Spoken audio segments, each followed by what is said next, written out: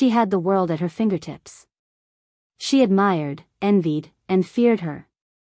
But when Isabella Moretti met Clara, a quiet, deaf artist who saw the truth beneath every mask, everything she knew about love and control shattered.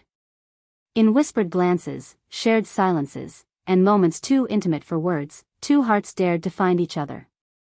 And in a world that demanded performance, they discovered that true love doesn't need a voice. It only needs courage, trust, and the bravery to listen.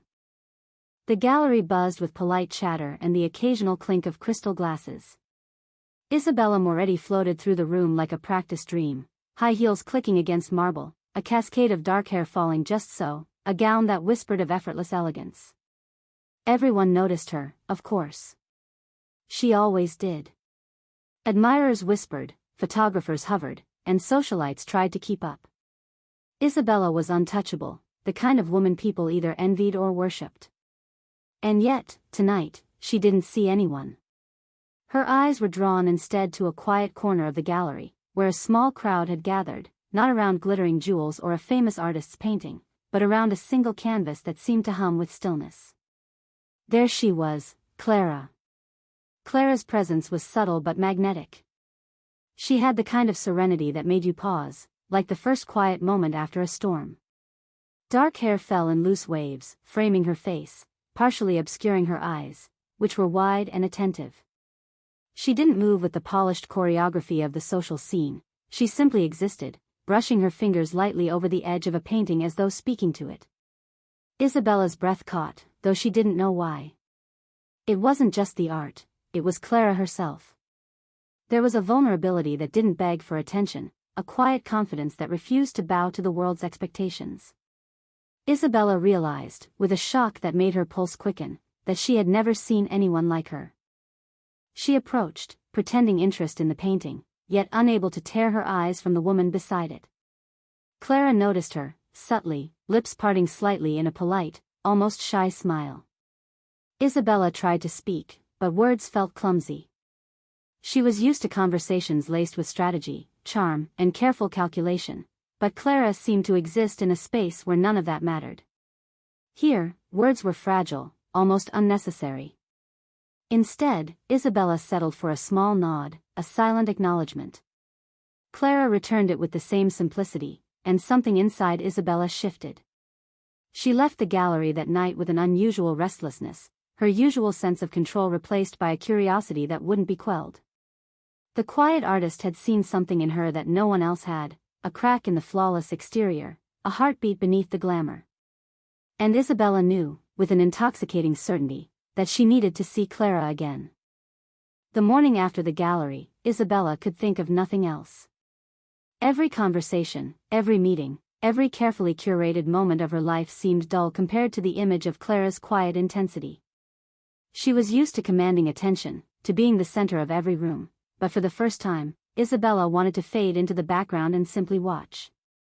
She arranged a reason to meet Clara again, a commission for a private painting. It was the perfect pretense, though Isabella knew it didn't matter, she would have found a way to see Clara regardless. Clara's studio was tucked away in a quiet street, the kind of place that felt like stepping into another world. Sunlight spilled across canvases leaning against the walls, paint-streaked brushes resting in jars, and the faint smell of turpentine lingered in the air. Here, the chaos of the city and the glare of paparazzi could not reach them. Clara looked up when Isabella entered, startled but composed. "Good morning," she said softly, her voice calm, measured, though Isabella noticed the slight tension in her posture. Isabella smiled, but words felt heavy. "Good morning," she replied, trying not to stumble over the simplicity of the greeting. Clara set her brush down and gestured toward a small table. A notebook and pen were ready, her preferred way of communicating in situations like this. Isabella was struck again by Clara's quiet competence. Every movement was deliberate, every gesture meaningful. I'd like you to paint something for me," Isabella began, unsure of how to navigate this slow, deliberate pace. "Something personal." Clara's eyes softened. She picked up the notebook and wrote. "Personal? Tell me what you mean." Isabella hesitated, then took a deep breath. This is nothing like the boardroom or a gala. She realized she was afraid of being exposed, afraid of letting someone in who could see her flaws. But Clara's gaze was patient, encouraging without demanding. I want something that shows who I am, but also, who I hope to be, Isabella wrote back carefully, almost shyly. Clara's lips curved into a faint smile. She nodded, her hands moving gracefully as she gestured toward the easel. Then we will start with who you are. You tell me with words, or gestures, or silence. I will listen. And listen she did. The afternoon unfolded in quiet observation. Isabella talked less than she usually did, finding a strange comfort in Clara's presence. Clara spoke even less, but every glance, every subtle expression, conveyed volumes. Isabella noticed the smallest details, the curve of her smile, the way her fingers lingered on the brushes, the steady calm in her posture. By the time Isabella left, the world outside seemed louder, harsher, and somehow emptier. In Clara's quiet studio, she had felt something she hadn't allowed herself to feel in years, a tentative, fragile hope that connection could exist without performance, without spectacle. And as she walked back into the city's chaos, Isabella realized, slowly, unwillingly, that she was falling. Weeks passed, and Isabella found herself inventing excuses to see Clara. At first, it was about the painting, about commissioning work that reflected her life. But soon, the visits became less about art and more about being near her. One crisp autumn morning, Isabella arrived at Clara's studio with a small thermos of coffee. She held it out, a simple gesture, and Clara's eyes lit up, not with surprise, but with warmth. Coffee? Isabella asked, her voice softer than usual. Clara shook her head slightly and smiled, taking the thermos anyway. She communicated her thanks with a small gesture, tapping her chest in the universal sign of gratitude. It was intimate, understated, and Isabella felt her chest tighten. They sat together in silence, sipping coffee, the room filled with the quiet hum of the city beyond the windows. No words were needed. Isabella was learning that silence could speak louder than conversation. After a moment, Clara picked up her brush and started painting, her movements fluid, almost musical. Isabella watched, noticing the grace in every stroke, the way Clara's concentration softened the lines of her face. It was mesmerizing. Why do you paint? Isabella asked finally, breaking the silence, not because she needed words, but because she wanted to hear the truth from Clara. Clara paused, thinking carefully. She picked up her notebook and wrote. Because it shows me what I cannot say. Because it helps me see the world, and people, as they really are. Isabella felt a lump in her throat. She realized that Clara's art was more than skill, it was a language, a window into a soul that could see through her carefully constructed facade. For the first time in years, Isabella didn't feel the need to control the room, the conversation, or the impression she left. She simply was, sitting beside Clara, letting herself be seen in small, unguarded moments. As the afternoon waned, Clara set down her brush and looked at Isabella, her eyes steady and thoughtful. She reached out, placing a hand lightly over Isabella's. The contact was brief, tentative, yet it carried an intensity that made Isabella's heart race. No words passed between them, but the message was clear. They were beginning to trust each other, to recognize the fragile, beautiful connection that was growing. Walking home later, Isabella felt a strange mixture of exhilaration and fear. She had met countless people who admired her, some who loved her, but never anyone who saw her. Clara saw her, unflinching, unafraid, and Isabella found herself yearning for more time, more understanding, more of that quiet, electrifying closeness. And she knew, with a certainty that both thrilled and terrified her, that she would follow this connection wherever it might lead, even if the world outside the studio didn't understand. It started subtly, whispers at parties, curious glances at gallery openings, a paparazzi snap of Isabella leaving Clara's studio. At first, Isabella tried to ignore it. She was used to attention, to being observed, studied, and scrutinized. But this was different. This wasn't about her career or her wealth, it was about Clara. Clara, quiet and private by nature, had never sought the limelight. She painted in her little world, carefully curating silence, and now the world outside threatened to invade it.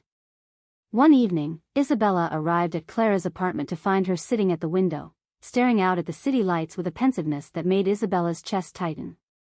"They're talking," Clara said softly, tapping her notebook. Isabella knelt beside her, taking Clara's hand in hers. "Let them talk. They don't see what I see." Clara's fingers tightened around Isabella's. "It's not just them. It's me. I'm not used to this." Isabella understood. She could feel the quiet tension radiating from Clara, the fear of being overshadowed, of being reduced to a story in the tabloids rather than a person in her own right. She brushed a strand of hair from Clara's face, her thumb lingering. "I won't let anyone hurt you," Isabella promised. "Not the world, not the press, not even me." Their intimacy grew in these moments of vulnerability. They didn't need words to communicate, every touch, glance, and small gesture spoke volumes. Isabella learned to slow down, to listen, not with her ears, but with her eyes and her heart. Clara taught her that courage wasn't about dominance or control, it was about presence, trust, and the willingness to be truly known. But the scrutiny persisted. Invitations to gala events, business dinners, and charity balls came with the unspoken expectation: present a perfect image, a glamorous couple, a story the world could digest. Isabella's instinct was to control, to shield Clara, to manipulate appearances, but Clara gently reminded her of what mattered most. One night, at a glittering charity gala, Isabella took Clara's hand and led her away from the cameras and flashing lights. They found a quiet balcony overlooking the city, far from the prying eyes. "Do you see?" Isabella whispered. "It's still us, even out here." Clara smiled, resting her head lightly against Isabella's shoulder. "It is. Always." In the quiet, away from expectation and spectacle, Isabella realized that the world's judgment couldn't touch what they shared. Their connection, silent, steady, and fiercely protective, was beyond anyone else's understanding. And yet, deep down, she knew this was only the beginning. The more public scrutiny encroached, the more they would have to navigate fear, trust, and the delicate balance between their worlds. But Isabella had no doubt that she was willing to face it all, so long as Clara was by her side. The world outside continued its relentless hum, but inside their shared moments, time seemed to bend. Isabella and Clara began to create their own rhythm, a quiet choreography of glances, touches, and silences that spoke louder than words. One early morning, Isabella arrived at Clara's studio with a small backpack. Clara raised an eyebrow, curiosity sparking behind her calm exterior. Isabella simply grinned. "You'll see," she said, voice low, playful. They walked together through the narrow streets to the outskirts of the city, where the buildings thinned and the air smelled faintly of autumn leaves and distant earth. Isabella had planned a small, private picnic beside a quiet lake, a place far from flashbulbs, chatter, and expectation. They sat side by side on a plaid blanket, the sun painting golden streaks across the water. Isabella offered Clara a sandwich, and they shared a laugh over the simplest things: the way leaves drifted lazily, the small splash of water as a fish surfaced, the awkwardness of Isabella trying to open a bottle of sparkling water. For the first time, Isabella saw Clara truly at ease, not performing for anyone, not waiting for anyone's approval. Clara's laugh, quiet but pure, filled a space in Isabella's chest she hadn't realized was empty.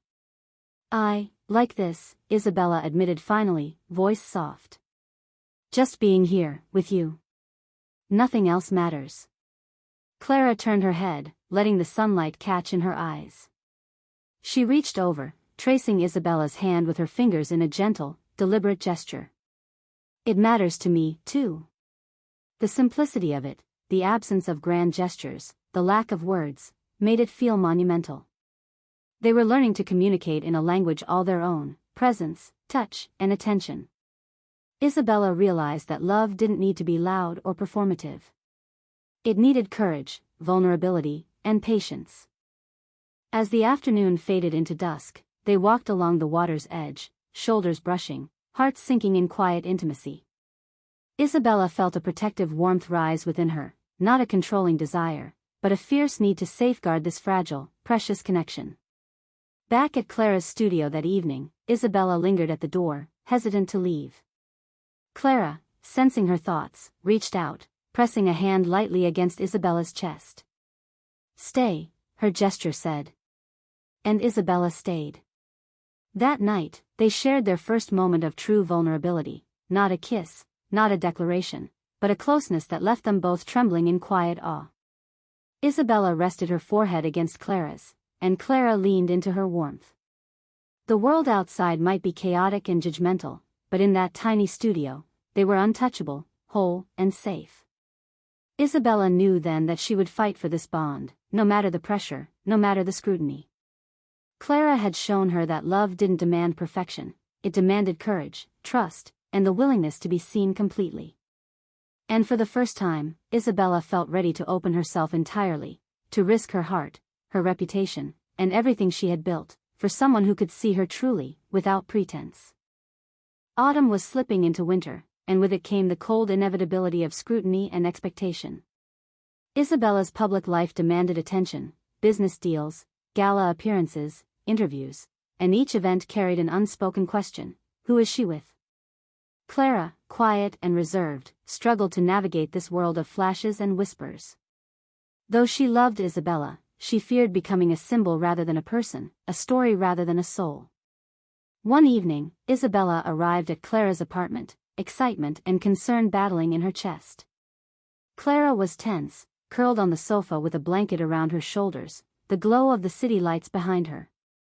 "They're asking questions again," Clara said softly, tapping her notebook. "About us."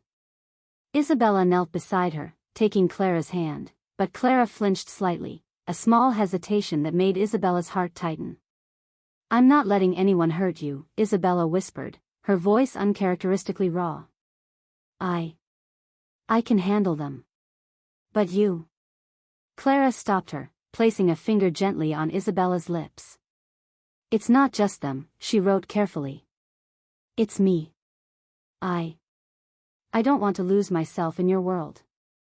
Isabella's chest ached. She had feared this moment, the clash between her glittering public life and the quiet intimacy they had nurtured. She realized that love wasn't about control, it was about trust, and letting go was harder than any business deal she'd ever faced. They sat together in silence, the weight of unspoken fears filling the room. Isabella reached for Clara's hands again, holding them tightly, letting the warmth of contact speak where words could not. "I don't want you to lose yourself," she said. "I want you to be fully you. And I'll adjust. I'll fight for both of us." Clara's eyes softened, tears glinting in the low light. She leaned into Isabella, letting herself be held, feeling the fierce, protective warmth she had always secretly desired. "Then stay," she wrote.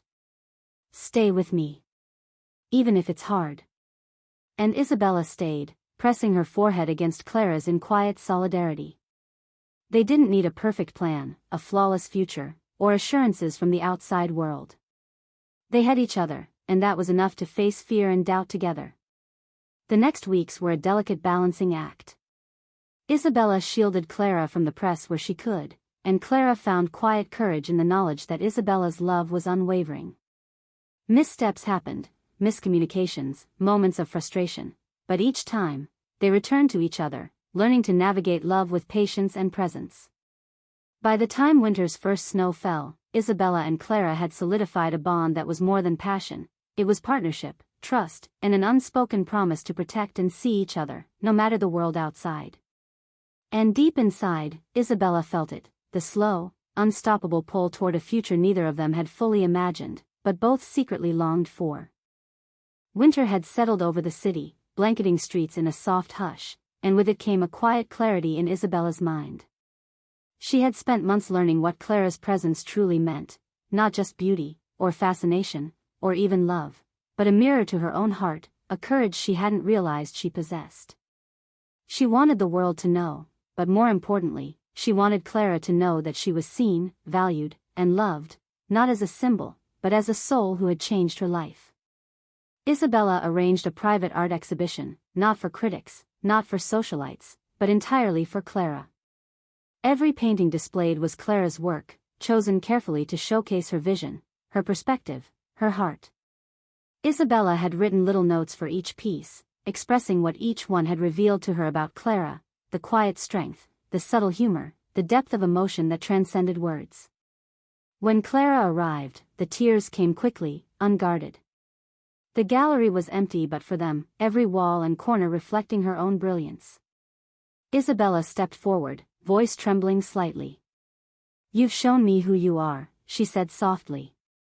"And I want to show the world, and myself, that I see you. All of you." Clara's hands trembled as she reached for Isabella's. "I don't know what to say," she wrote. "Then don't say anything," Isabella replied. "Just be with me." The night stretched long, filled with whispered laughter, shared glances, and touches that spoke louder than words. In that quiet space, the world outside, its scrutiny, its expectations, faded completely. Later, Isabella knelt, taking Clara's hands in hers. She had planned her words carefully, but now they came unpolished, straight from her heart. "Clara, I don't just want to protect you. I want to walk beside you. I want to be seen by you, truly, and to see you in return. Will you marry me?" Clara's breath caught. Her eyes glistened, a mixture of shock, joy, and the quiet understanding that this proposal wasn't about spectacle, it was about their hearts. She nodded, slowly, deliberately, and wrote, "Yes.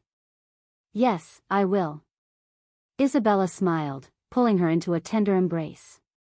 The warmth between them was quiet but fierce, a bond forged in patience, trust, and unwavering courage. They stood together in the empty gallery, surrounded by Clara's art and the silent acknowledgement of the love they had nurtured. The world could wait. Tonight, it was just them, and it was enough. The morning of their wedding dawned crisp and clear, a delicate winter light streaming through the windows of the small countryside chapel Isabella had chosen. It was not grandiose, no red carpets, no flashing cameras, no need for spectacle. Just the two of them, the people who truly mattered, and a world that had, finally, faded into quiet reverence. Clara wore a simple gown of soft cream silk, her hair loosely braided, adorned with tiny sprigs of winter greenery. She looked ethereal, yet entirely herself, the way Isabella had always wanted her to be seen.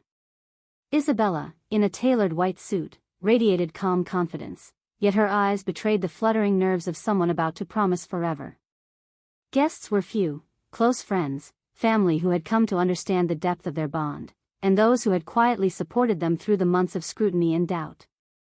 The chapel smelled faintly of pine and candles, the soft murmur of winter wind carrying through the open windows. When Clara stepped forward, Isabella's heart skipped. The world melted away, there was no past hurt, no paparazzi, no social expectation. There was only Clara, radiant and true, and the shared understanding that every moment they had endured, every fear they had faced, had led to this. The ceremony was simple. Their vows were whispered, intimate, written in part and spoken in part, weaving a tapestry of love that transcended words, promises of presence, protection, and unwavering trust. Clara spoke through gestures and written words, Isabella through soft, heartfelt speech, and every vow was amplified by the quiet intensity of their bond. "I promise to see you," Isabella said, her voice trembling, "to listen when the world won't, and to hold your heart as if it were my own, because it is." Clara's fingers traced Isabella's, her eyes bright.